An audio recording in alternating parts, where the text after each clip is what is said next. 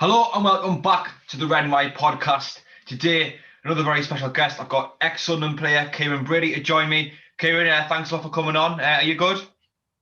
I'm very well, and thank you very much for inviting me on. No, it's a pleasure to speak to you, mate. So, to get straight into it, definitely want to speak about Stuart Donald and that a lot later on. How did your footballing journey start? I suppose it started in my back garden, and I was very fortunate that it was quite expansive, which allowed me to go out as often as I want and try to develop. I hadn't any aspirations then of becoming a professional footballer. It was just enjoyment and very evident hunger from a very early age, so I'm told. And by the time I was in my early teens, I was beginning to be courted by clubs in both Scotland and England. And to try and condense everything into a short period of time, by the age of 16, I hadn't signed as a schoolboy for any one club. And then I had several options. But when I came down to Sunderland for a trial, I not only enjoyed the company of the young lads in particular, but I developed an affinity and an affection for the area very quickly. And that was contributory to the reasons why I signed for Sunderland ahead of Chelsea or going to some of the clubs in Scotland that were pursuing me. So to that end, I've got absolutely no regrets. Yeah, I was just about to ask you really what was it that brought you to Sunderland, but it was the community spirit, would you say, is a good way of putting it? I think that would be a good way, although it's 150 miles or so from where I grew up in Coatbridge and where I spent my early teenage years in the East End of Glasgow, the commonalities between the northeast of England and the West Central Belt in Scotland far outweigh the differences. And it was far enough away, and it was in England where I wanted to go to. So to that end, it was almost a home from home, albeit I did miss my family, particularly in the early stages, because I was only 16. Yeah. Obviously, you weren't at Sunderland for very long, a few years, but standout moment at Sunderland? I suppose scoring my first ever goal, which came against West Ham United at Roker Park. Was it an overhead kick? Yeah, it wasn't one of the greatest overhead kicks you'll ever see, but I think it was probably more special because it was my first goal at senior level rather than how it came about. And the fact we went on to win the game, and we went then on quite a good run, which culminated in a very fortuitous promotion. So the West Ham game, and several moments from the year after when we were playing in the top flight, would be standout moments. But I think overall, I think the reception I was very fortunate to receive from the broad support would be something that would have stayed with me and always will, because regardless of how long a professional footballer has within the game, it's a significant number that won't always be as fortunate to have such a good relationship and rapport with the supporters of the club that they're at. So to that end, I feel very, very privileged. Yeah.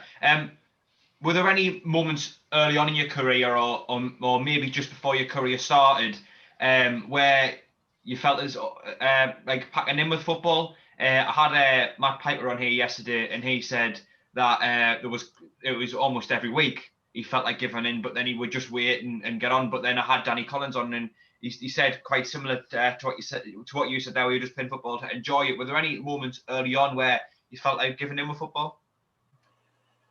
I wouldn't necessarily say that I felt like giving football up.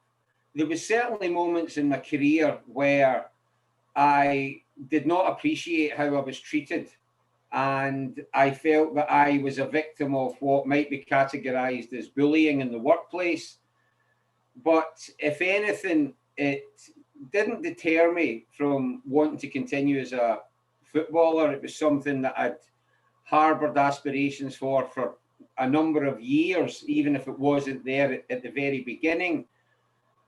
But I think perhaps what Matt and Danny are trying to get at is that if you ask a lot of footballers if there's periods in their career where they fall out of love with the game, then I think they would affirm to that, simply because you're no longer in it exclusively because of the love of the game.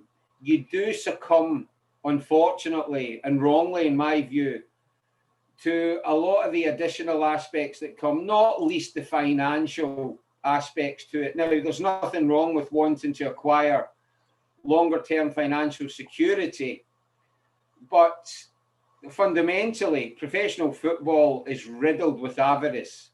It is infested with greed. And certainly for some players, that can become much more of a priority than what they're actually able to produce in the field of play. It's something that Roy Keane and numerous others have alluded to in the past. And it's something that sadly still affects people to this day, arguably even more so, simply because of the vast sums that are involved. So there were certainly periods where I didn't enjoy being a footballer as much as I did on other occasions. But that wasn't simply owing to becoming completely detached from the game. It was much more to do with the relationships I had with certain people within the game. No, that's quite an interesting way of putting it, really. One thing I do want to talk about, so you did retire from football quite early. Were you 22? No, well, I was actually 20 when my leg condition first came to the surface, but I was 21 when I was told by the surgeon who'd operated on me that I, in his own words, should find alternative means of employment. That was the way it was put to me, rather than saying that your footballing or sporting career has concluded. I was told that looking for other forms of employment would be strongly recommended. So I was 21 when that happened. I had some difficulty in accepting it and felt that perhaps further surgery might be able to rectify the existing problem. But ultimately, the way that my leg was left from the original surgery was such that many of the doctors and specialists that I consulted with felt that any further work that would be done would potentially be counterproductive. So to that end, and reluctantly as it was, I had to acknowledge that my playing days were over. Yeah. How do you think you coped with that moving on? Obviously, I had Matt Piper on here, and a lot of people will know, as we talked about, at a real length, and how he struggled to cope with football coming to an end and having to move on. How did you cope with that change in your life? Well, I suppose with the benefit of hindsight, I coped with it somewhat badly. I, in many respects, opted to use alcohol as a coping mechanism.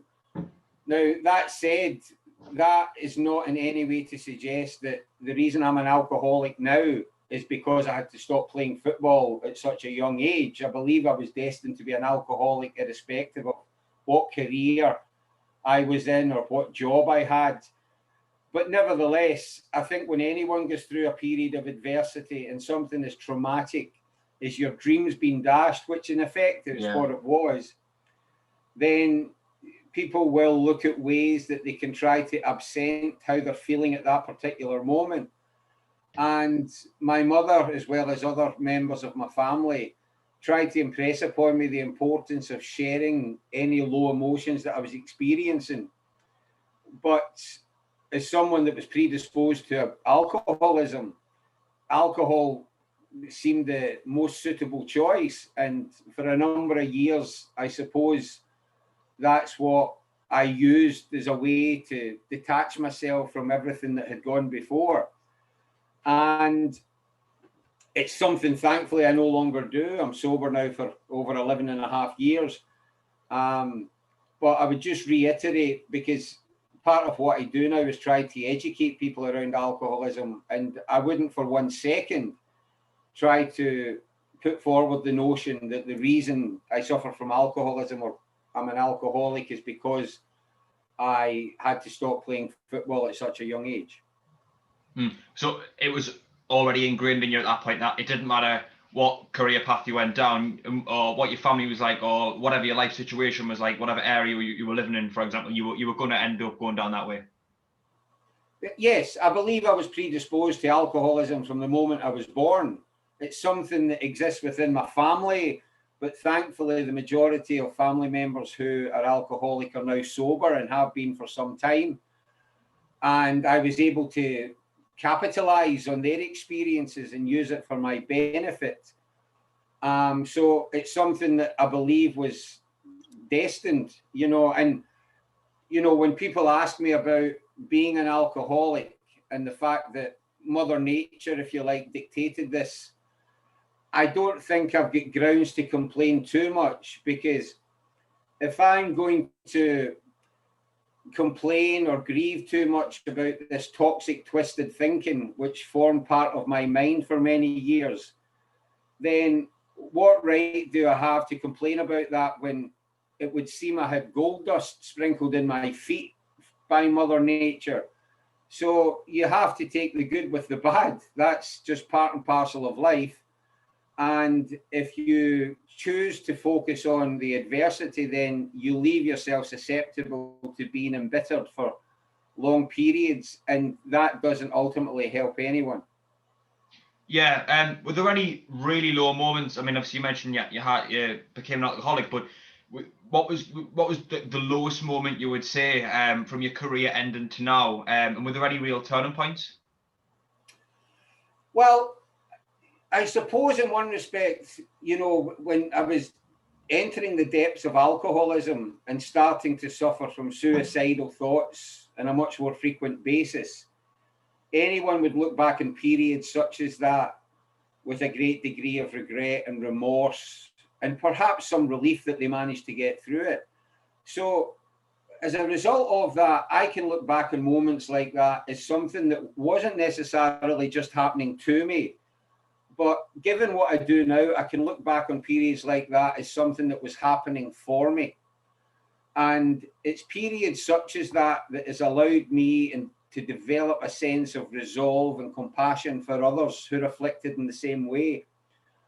So being told back in May 1993 that I should find alternative means of employment is always something that will stay with me, because he may have tried to dress it up in a much more tactful or diplomatic manner, but I knew exactly what he was saying. And again, in hindsight, I wouldn't have minded as much if I'd got to a later stage in my career, 26, 28, for example. But I mean, to give you an insight, or, perhaps in a way that you, or certainly other Sunderland fans, might appreciate and understand better. I mean, in the majority of the games that I played for Sunderland, I was still eligible to play for the club's youth team. Yeah. So that, I suppose, demonstrates just how much of a babe in arms I was. And of course, if you're a young footballer at that age, you're prone to various follies and making mistakes. And I was no different. And I would like to think that the mistakes you make in life, whether it's as a footballer or in any other walk, are all one day going to be beneficial for you in terms of how you learn and how you try to ensure that they don't happen again. Yeah. One thing as you've touched on that, one thing I've really started to learn, I think, recently, is that everything's a process, and you go through certain things at certain times in order to learn certain lessons and change as a person to adapt to the next challenges going forward. Have you got any regrets about ending your career? Did you ever maybe look back and think, I could have tried a bit harder, I could have went to a different surgeon, maybe I could have dropped the standard and intensity down, or something along those lines? I suppose I do. I mean, to begin with, I don't have any regrets whatsoever about coming to live and start my career at this particular club and in this particular city. It's a wonderful football club. It has a set of supporters that, in relation to both quantity and quality, are almost peerless. And I think coming from Glasgow, I appreciate that more than most. Nevertheless, if there was anything I could alter, it would potentially have been that the personnel that I was working with or working under could have had a different approach and a different attitude towards trying to get the best from me. But again, I would just re-emphasize that that doesn't mean that I wasn't in any way blameless for some of the things that materialized. So, you know, I mean, like you've sort of been touching on a moment or two ago, I very much see a lot of the things that happen to you as being something that can hopefully be looked at as something that was happening for you, even when it's particularly adverse or traumatic or challenging. Yeah. It's something that we can use to hopefully benefit ourselves and indeed others as we go on in life. Yeah, I think you're spot on there, mate, when you say that things happening to you, that they're happening for you, and you go through certain challenges in life to build you up as a person and to adapt as a person for what's next to come, really. So you say that one of the things there that maybe you weren't talking about was the way that you were treated by maybe, I guess you're touching on coaches and people along those lines, and maybe they didn't have much respect for, especially how old you are. Is that something you would say stood out? Yes, and I mean, I got on now perfectly well with my former manager, Dennis Smith, who I've seen several years ago. And when we had a brief conversation, ironically enough, at St James's Park, as we were both there working in media, one of the points he did make was that he was to some degree resentful at so many people coming and approaching him, insisting that I should play in the first team a lot more than what I was at the time. And I think his attitude was one of annoyance that so many people that he would perceive as not having an understanding of the game, and particularly the growth of young players, were trying to impress upon him that I should be playing week in, week out. And this was coming from members of the press or supporters, or indeed members of the board at the club. But I do think that he should have been perhaps mature and experienced enough to know that that shouldn't then be taken out on me as an individual. And as you rightly say, particularly as a young player who's still very much finding his way in the professional game. And there was times that I was fully deserving of, you know, some overzealous remarks from him or other coaches. But equally on other occasions, I was subjected to what I felt and still do to be humiliating comments in front of people that were never, ever going to prove productive and never, ever going to get me to try to perform anywhere near my optimum. I mean, when I look back now, you know, when I used to run out the tunnel and hear maybe like 25,000 people chanting Kieron, Kieron as an 18-year-old, that is incredibly inspiring, because it's not often that teenage footballers, regardless of how well they're doing, become such a firm favourite at that particular stage of their career.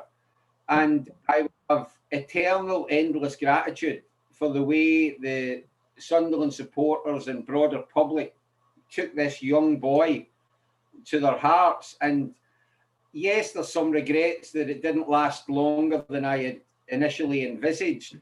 But again, I got 5 years doing something that I know that you, Jack, or countless others who are listening to this would love to do just once.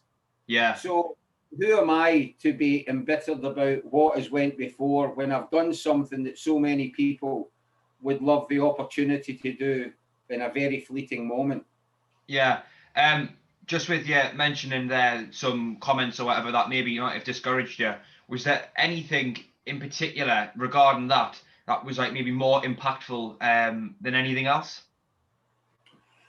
To be honest, there was several. And I recall one day when the team weren't playing well at Roker Park and I was a substitute, and we were part of the way through the second half, and the supporters were chanting my name, obviously to encourage the management to bring me on.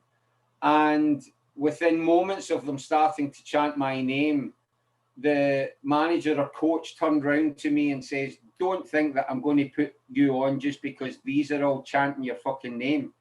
Yeah. Which I found to be incredible. You know, it wasn't my fault or responsibility that the players were underperforming that day. At this stage, I was a teenage player. And if you disregard the fact that I was a footballer, I was a teenager. You know, I'm still very immature in so many respects. And yet here was I, in one regard, being held culpable almost for what was unfolding on the field. And there were several other instances similar to that, sometimes in front of significant numbers of people. And it just made the relationships that I had with the management and the coaching staff continuously fractured. And although there was brief moments where there seemed to be some evidence of a respite, it didn't sustain in any way. And it got to the point that I felt that my footballing future might be best served away. And when I asked for a transfer, I was told in no uncertain terms that I would be allowed to leave. But equally, I was humiliated in front of the first team squad for taking a good result that they'd had down at Portman Road against Ipswich, potentially off the back pages, because I had asked for a transfer. And there's little things like that that certainly at the time aggrieved me in a hugely significant manner, and perhaps we're doing damage to the relationship that I had with the management and coaches. So that, I suppose, for some people, that's just the nature of football, and you always are going to have to expect to be forcefully treated if you're not doing things that you're asked to, or if it's felt that you're not putting the maximum effort in physically and mentally. And to that end, I accept criticism. But there was certainly some things that I felt that were way too personal. And as I said, were not conducive to creating a harmonious relationship between the broad management and myself. When a manager comes across as quite authoritative, or maybe isn't coming across as friendly as you would like, do you think that at all discourages you, your motivation to play for them? Absolutely, yes. I mean, it's easy now again to say in retrospect, but in an ideal world, it would be good if every single footballer could put aside any negative emotions they have towards a manager or coach and just think about the club that they're playing for, or indeed themselves or their families. But I think footballing history tells us, irrespective of whether it's this era or previous eras, that the relationship that a player has with a manager is going to be instrumental in how they perform. And you always hope that a manager and as many players as possible can have a very good working relationship, that they can, you know, try to understand that irrespective of how a manager approaches it, it's all for the betterment of the player or the team. But certainly, my performances and my desire to do well certainly suffered. I would like to think that if I'd managed to play longer in the game, self-motivation and working with coaches or managers who were much more understanding of you personally and took a much more measured and meticulous approach to try to get the best from you would be of benefit. I went on loan to Doncaster Rovers for a month, and by that time I was struggling with the leg condition, which still affects me to this day and which brought my career to a premature end. And when I arrived at Doncaster, I had never met their manager before, Steve Bigelow. And I went into the old Doncaster Rovers Stadium, Bellevue. I asked for directions to the manager's office. I then chapped the door. He introduced himself to me. And the first words he said after that were, "I can't believe I have got you playing in my team." And he made me feel 10 foot tall from the moment that I met him. And irrespective of the fact that I was only probably 50 to 60% fit, over the course of the next month, I managed to get man of the match on 3 occasions from 4. And it was solely down to the fact that he made me fall in love with football again. And he was able to do that by several comments alone. It was almost as if he had a in-depth understanding of the way that might get the best from me. And I'll always be grateful to him for taking that approach, albeit I only was there for 1 month. Yeah, so if you were in a management position then, or if you were to advise anyone going into a management position, you would definitely say that to come across in a way that's almost quite friendly and supportive just is more effective than trying to be more authoritative and trying to scare your players into playing well. In the main, yes. I would be, if I was in a managerial position, a strong proponent of confidence. I believe that so much of football is psychological. And if you can have your Broads playing squad finely attuned in a mental and emotional manner, I believe that what they're capable of physically will follow on from that. And I know some people, particularly from the old school of management, try to sustain a tough love approach, certainly with some players. But if that's not working in the way that you would hope for, particularly after a time, then you would like to think that some could recognise that an alternative strategy may be necessary. And I would always be someone that would try to instill confidence, because I believe that in the main, that's the best way that you're going to get something productive from people. That's applicable whether it's football or whether it's elsewhere. Yeah, one thing I really think is that, well, if you don't have confidence in what you're doing, everything is affected. Mainly your ability, where if you don't actually believe that you're capable to do a good job, you go into it with that mindset, and that can actually reflect how it is you perform. And as you say, that's not just football, that's life in general. And moving on ever so slightly, obviously you made it very vocal, your thoughts on Stuart Donald. Do you think what were your first impressions when he first came to the club, especially that first year where it seemed as if things were going very well?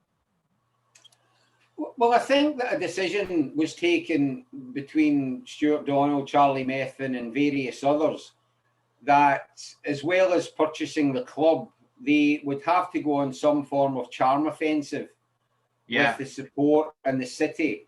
Simply because Sunderland being a League One club necessitates a much greater contribution from supporters, because the television monies are negligible in comparison to what you receive as a Premier League club or even a Championship club.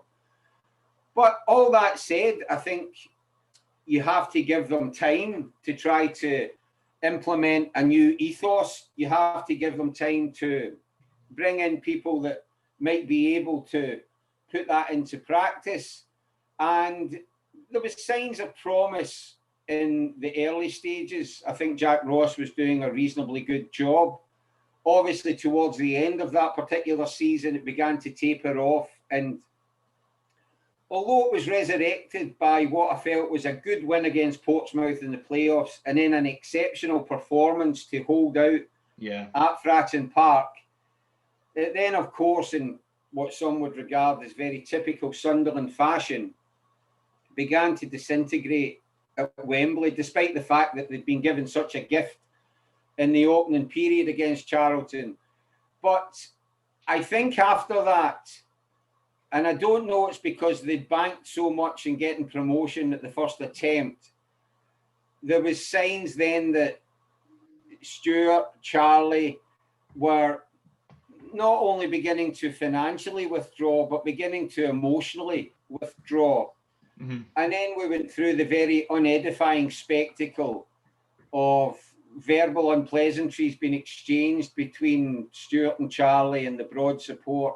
And some of the comments that came from the custodians of the club were wholly and completely unacceptable. If you're going to buy into a football club where profound passion is one of the attributes of the support, then you would have to be profoundly naive not to think that if things are not going to plan, that passion may manifest itself in a way that you simply don't want to witness. And I don't believe for one second that the fans have been unreasonable. You know, I'm saying that, of course, in any personal abuse or threats or intimidation is completely unwarranted. But in terms of the broad support, they've conducted themselves with the same passion, same devotion, and same loyalty as I would always expect them to. I think that they have tried to chart their own path, as it were. They have perhaps been a little bit guilty of not trying to take advantage of local knowledge, as it were. And to that end, it may be that that's been detrimental to the broad perception of the Donald regime, as it may be categorised now. And I don't know if it's retrievable. We're obviously in a period now where there's so much talk of a takeover. I understand the cynics amongst us may refer to it as a fakeover, simply because it may amount to nothing much more than things being rearranged rather than things being actually changed in a substantial manner. But I suppose only time will tell in that regard. And in the private or the dialogue that I had with Stuart and Charlie, I found them both to be perfectly affable. But football supporters don't want the first thing someone to say about their chairman or the owner of the club, the majority shareholder, the person that's trying to create a new ethos at their football club, to simply be described as being nice or affable. Yeah. If anything, you might prefer them not to be described as nice and overly affable, because Sunderland doesn't need nice chairman. Sunderland doesn't need affable owners. Sunderland needs people to come into this club and at the very least take on board the concerns or the opinions of people who know what it's like to experience the highs and the lows of being at a club like Sunderland. But equally, people who might be able to inform them as to why the highs are relative. You know, for me, Sunderland getting promoted, Sunderland winning a championship is nothing really to boast about. You know, I really don't think it is. When you've got a stadium such as the Stadium of Light and you have the capacity to fill it, then Sunderland should never, ever, ever be talking about promotion, because the only league they should ever be playing in, and not only that, they should be at the elite of it. But I think because of the way the game has changed and because there's so much reliance now on broadcasting rights and everything that comes from it, any advantage that Sunderland had a number of years ago over so many of the clubs that could only attract 10, 15, 20,000 has largely diminished, because they've been able to compensate for much smaller crowds because they've got sustainable revenue coming from being in the elite of the game. And, you know, it's got the hallmarks now of being a potentially long haul back to the riches of the Premier League, simply because as things stand, and of course we've got financial fair play governing this to a degree under its guise of the English Football League, it's going to be challenging. It really is. You only have to look at the three clubs that were promoted last season and the three clubs that were promoted earlier this year to the Championship. And I believe I'm right in saying that almost all 6 different clubs have been labouring in the Championship. And if Sunderland do go on and Lee Johnson performs well enough now to get Sunderland promoted, there's going to have to be wholesale changes. And of course, in moments like this, people expect me to say, with the greatest respect to certain clubs or certain players, But ultimately, the playing personnel that's there at this moment at the Stadium of Light is simply not good enough to put up a challenge in the Championship. So one or two of them might be, and one or two of them may even rise to the occasion. But ultimately, one of the reasons the club at the moment is finding it difficult to even get into the playoff positions is because they've gradually lost the Premier League or even Championship experience that they had several years ago. And that's been replaced with this reliance upon players that have came from League Two or even League One. And of course, the club in many respects is a Premier League club, from its stadium to its support. But on the field of play, you can only have representing you the quality and the skill set of the players that are in your employ. And at this moment in time, there's guys playing for Sunderland that ordinarily would never ever have thought they had the ability to play for such a prestigious club. You said something there that is something that I've been saying for a while. You worded it slightly differently when they came in and they almost had to put on a show.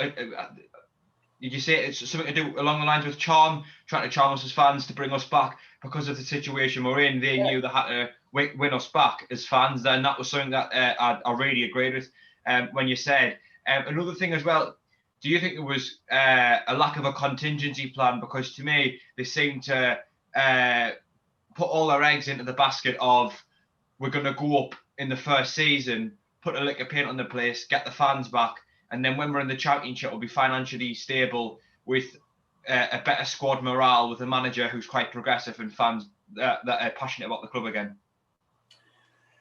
Yeah, I mean, as much as there was those residual elements from the final days of Ellis Short's tenure, you know, and you had the situation with players like Ndong and Djilibodji and all of the things that I believe I could have told people like Ellis Short or Stuart Donald, Charlie Methven was possibly going to materialise.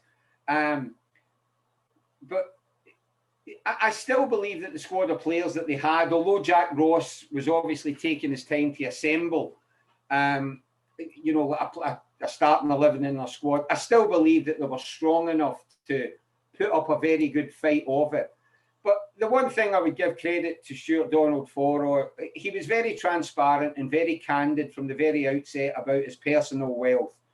And that was unlikely to be able to sustain a club of Sunderland's requirements for a particularly prolonged period. And, you know, when that winning goal went in for Charlton against Sunderland, I don't know if they realised within the moment that things were about to become significantly more difficult. But it may have at least had a very detrimental effect on their appetite going forward. And of course, the season didn't start in the same manner as it had.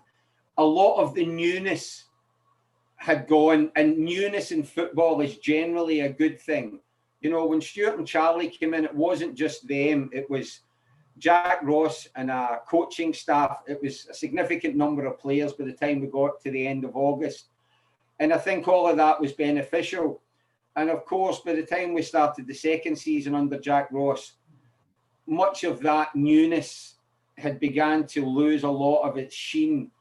And you then were witnessing Sunderland being played off the park at Lincoln City. I probably shouldn't mention that given who the opponents are on Saturday. But I never thought I would see the day when Sunderland Football Club were being played off the park and lucky to get away with a 2-0 defeat at Sinsel Bank in a league game. In a League Cup game where you play a weekend side, yeah, it may happen.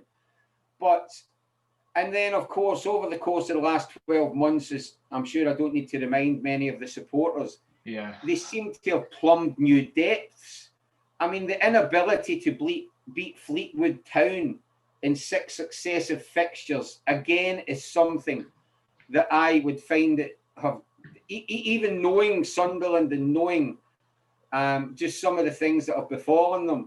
And then, of course, before they played Milton Keynes Dons, several weeks ago, and I'm talking about an hour or two before kickoff, I seen somebody tweet that Milton Keynes Dons hadn't won away from home for about 14 months. And I thought, oh God, I just now know what's about to happen. And then, of course, Lee Johnson on Saturday, in his wisdom, I believe, decided to go into the dugout for the game, I believe, thinking that because it was Wigan Athletic at home, who were then currently situated at the bottom of the table, it would allow him to go off to a winning start, perhaps even a very comfortable victory. And of course, the performance in the main, apart from the opening period, was abject. And a lot of the faults or a lot of the shortcomings that have been evident for some time were very visible, particularly the lack of quality, the lack of a final ball, decision-making, etc. All of the characteristics that distinguish average players from good players and good players to top-class players. But if he didn't know beforehand about the challenge that awaits him, I'm certain that he's beginning to come to terms with it now. And regardless of what happens in the EFL trophy, regardless of what happens, it has to be exclusively around promotion. And I'm sure that's something that's been impressed upon him. And it'll just be interesting to see how it plays out, because better managers and more experienced managers and more reputable managers have came to this football club and thought that the issues could be resolved exclusively through personnel. And it's one of the most fundamental and basic errors that they have made. And equally, I believe it's something that Ellis Short was culpable of. And equally, maybe to a lesser degree, Stuart Donald and Charlie Methven. Yeah, I think with Lee Johnson coming onto the touchline on Saturday, although it could have been to get off to a winning start, and he saw an opportunity there with Wigan Athletic, I think a lot of it was maybe him puffing his chest out and going, well, I'm going to take the responsibility here. And although I haven't had long with the squad, I mean, my personal theory is that he's signed the contract on Friday night, not Saturday morning. They just waited to announce it. But regardless, he hasn't had long with the squad at all. I doubt he trained with them for 1 minute. He might have had 2 meetings or something along those lines. I think he might have wanted to take responsibility and take charge to get started straight away. And you learn a lot more in the dressing room than you do up in the stands, just about the players' characters and personalities. I think he touched on his post-match interview when he said that it was alarming of the lack of characters or big personalities at the leaders. It was something along those lines. I can't remember the exact quote. You mentioned about Jack Ross and you tend to give him a lot of credit for his job. But do you think that Jack Ross underachieved in that, although he definitely had a hard task, especially with having to revamp the club so much, bringing in entire new coaching staff and almost an entire new squad? My point with Jack Ross is that was always that he had the best squad in the league and we finished 5th, and therefore he underachieved. Yeah. Is that something you'd say you'd agree with or not? Absolutely. I know that a lot was made at the time of the fact that when he began pre-season training, not longer after arriving, that he was only working with a very limited number of players. But I think when you consider it's a 46-game season, and when you consider the quality that he had at his disposal, by the time we get into mid to late August, then finishing 5th was, or in fact, was it 5th or 6th? 5th in the end. Was it 5th? We went from, I think, 3rd down to 5th on the last day of the season when we're already in the playoffs. So a lot of people don't like to make a lot of it being 5th and that we're just in the playoffs. Right. Well, yeah. I mean, look, to that end, I thought that season did finish very, very disappointingly.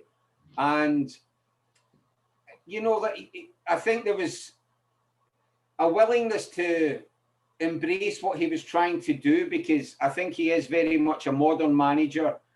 And I think there was certainly some good points, but I mean, how much praise are you going to offer someone when it's Sunderland that they're managing in League One against clubs with a fraction of the budget that even a struggling Sunderland can afford? And there was numerous games throughout the season where it was very evident that some teams at least were overawed by being at the Stadium of Light and everything that that entails. But others rose to the challenge, and the season finished disappointingly. And I don't know if there was any disappointment within the playing squad that they hadn't managed to secure automatic promotion. But I suppose, again, when you look back at Jack Ross's tenure, it's not really that different to so much of what had preceded it with other managers, albeit at a higher level. The newness tends to bring positivity, but not long after, things tend to go awry. Players become quite apathetic or blasé, and all of this, I believe, is sourced to the fact that this is a club that is completely devoid of innovative thinking. It lacks imagination. It effectively tries to conform to so many footballing norms, not willing to accept that there might be something fundamentally wrong within it, rather than just trying to make what often is cosmetic changes. And it's something I try to impress upon people at the club 5.5 years ago, or even almost 10 managers ago, if you prefer to put it in that particular context. And I still don't see any signs of it changing. I know they've brought in a sporting director, but I don't know exactly what his remit is, irrespective of his title. And again, whether he's going to be the one that is going to bring about meaningful, consistent, sustainable change remains to be seen. What were your thoughts on the sporting director coming in and then the appointment of Lee Johnson as head coach? To me, it came across as a change in direction where we maybe, I mean, to me, it seemed to me the biggest signal that there is a takeover incoming, that we're changing things so drastically. Despite Stuart Donald, in my opinions, lack of initiative, I would say, as soon as things started to go wrong at the end of the first season. I can't see why he would have changed things so drastically right now if there wasn't a takeover imminent. And I think it's Louis Dreyfus and his group pulling the strings behind that. So I know you're saying you're maybe not sure, but how do you think that could change our direction going forward with a head coach and the director of football who I need to say, I think comes with quite a great accolade as opposed to just the manager way of doing things? Well, I think when you look at the criteria that may have been used just over a year ago when they appointed Phil Parkinson, it might be that it's not that different to what exists now. And I'm saying that only because if at that particular time Sunderland were going after who they felt was the best available manager within their budget, which might have been extremely restricted, then they might then have employed the same criteria now. The only difference being that Lee Johnson might be viewed as a young, up-and-coming, aspiring, modern manager, whereas Phil Parkinson might be perceived as someone from an old-school way of thinking. The sporting director, of course, makes it a little bit different. But even at that, it's disingenuous to say that Sunderland have appointed a sporting director and they didn't have one before. When you consider that so many people that were working on behalf of Sunderland Football Club in the last year in positions below the first team structure have left. So they're not employing a sporting director who, in addition to a significant staff, a lot of the staff have left. Now, I don't know if this sporting director is going to be asked to multitask in a significant way, but he comes across very well. He doesn't have a great deal of experience within first team football, but I think the benefits could be that if he can act as some form of conduit between the playing operation and the board, that can have significant benefits. But he has to see Sunderland as a Premier League club and work towards that reality. Now, of course it needs to be financed, but there's a lot of things that can be done within that club that will not cost a lot of money that can be of huge benefit. And you don't want owners succumbing to this idea that anything and everything that is good, worthwhile, or of value is going to cost tens of thousands, hundreds of thousands, or even millions of pounds. It's not that way at all. And you just have to be innovative. You have to think outside the box. And if they can do that, if they can be, like, take some time to consider, the fact that they've changed manager mercilessly and repeatedly. They've brought in managers of significant repute, both from within these shores and overseas. And yet, almost to a man, each of them will tell you that privately or publicly, they believe that there's something underlying that is detrimental to the prospects of this club becoming a sustainable challenger at the highest levels of the game. And if they think they can just go and change manager repeatedly, they might be a temporary boost from it. But so much evidence is there for anyone who cares to look to illustrate that after a time, things, managers, coaches, players, etc., become stagnant. And Sunderland have never ever, for the last 10 years or so, been in an advantageous position when they're going to try and source managers or even players. And I think part of the problem is that they're signing players at times when they think that the Stadium of Light, not so much now, but several years ago,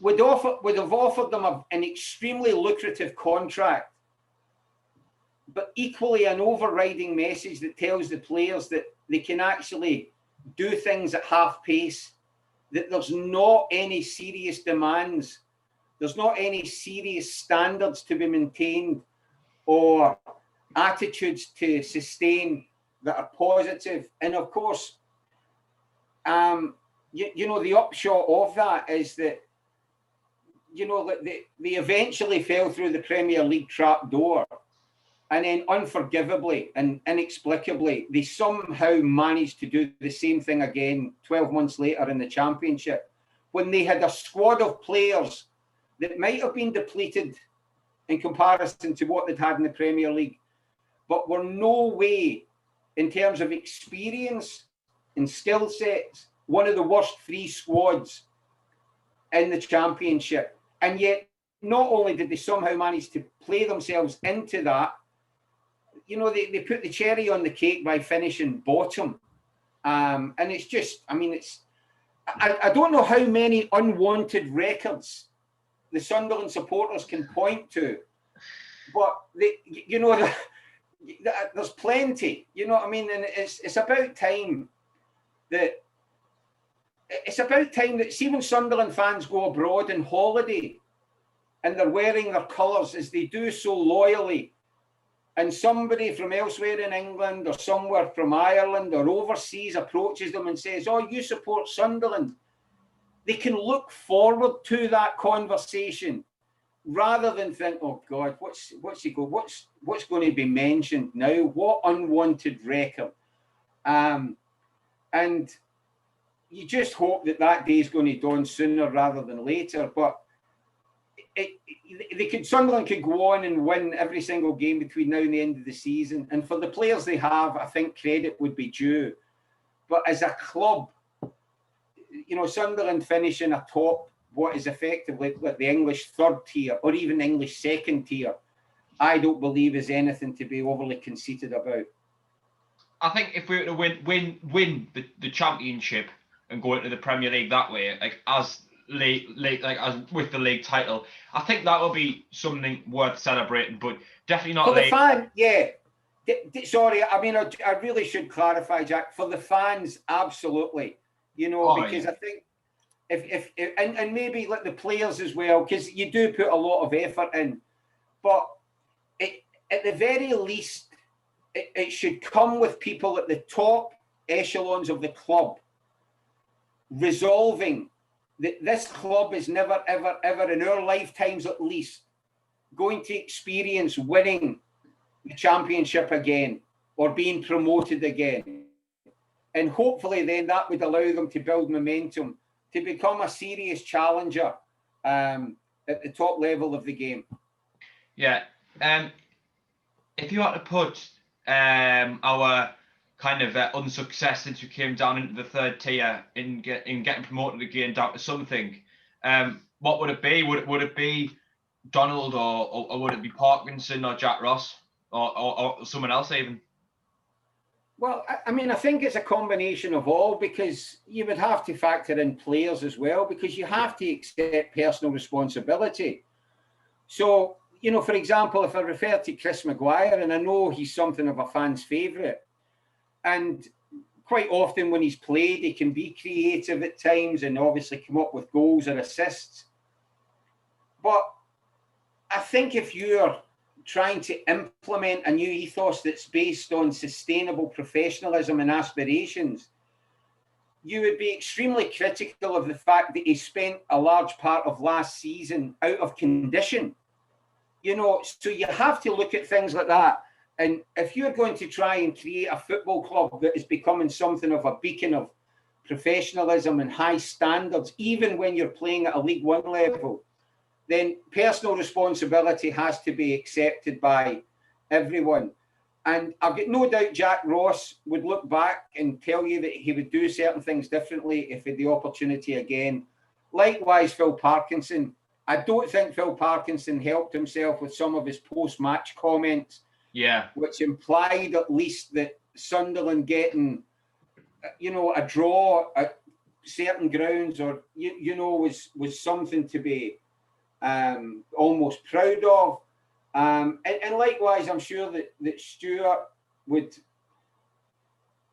look back on things and think that he should have done differently. Charlie, I mean, the comments that he made very early in his time about parasites in relation to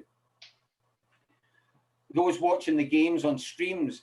I mean, Sunderland's one of the worst areas in England for poverty and everything that goes with it.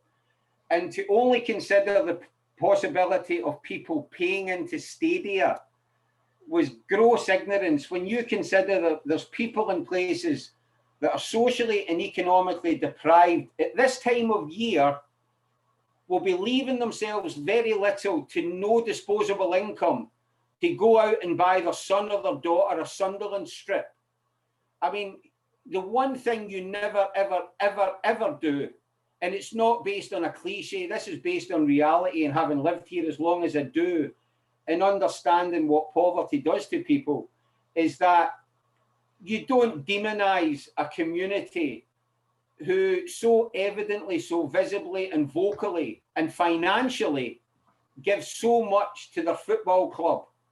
And I certainly think, or I would like to think, particularly for somebody who works and his expertise in public relations, that was a faux pas of significant standing. Yeah, with Methven, I think I like the way he came across on the documentary. I don't know about you, and I do like the way the intensity he has and the drive he has to turn the club around. A lot of the changes he's made and things he's done, I've actually really respected a lot more than a lot of Sunderland fans, and I think he deserves a lot of credit for what he has done. But I think he hit the nail on the head perfectly when Sunderland fans are so committed to the football club, both with time, the time they give the football club, how loyal they are, sticking through it. I mean, we got 46,000 fans on Boxing Day in the third division in a 1-0 win against Bradford. And also financially, you know, you mentioned how it isn't the most economically thriving area. In fact, it's one of the opposite. It is quite a poor area, and there's a lot of people who are struggling, and sometimes they just don't have the money to go to every single game. But fortunately, I've never been in a position where that's not been something I've had to do. But I can only imagine the pain you'd go through if you wanted to go to the match. Kieran, it's been an absolute pleasure speaking to you. I think your passion for Sunderland is really infectious. I think you spoke really well, and as I say, it's been really nice speaking to you. So thanks so much for coming on. Thank you very much for asking me, Jack. Thank you. As I say, it's been an absolute honour speaking to you. Thank you as well to everyone watching. Please remember to like the video if you have enjoyed it, share it around, that always helps. I am trying to hit 150 subscribers if I can by the end of the year. It's a big ask with the way things are, closing on 100 now. But if you do like the content, why not subscribe? Thanks, as I say, for watching, and I'll see you later.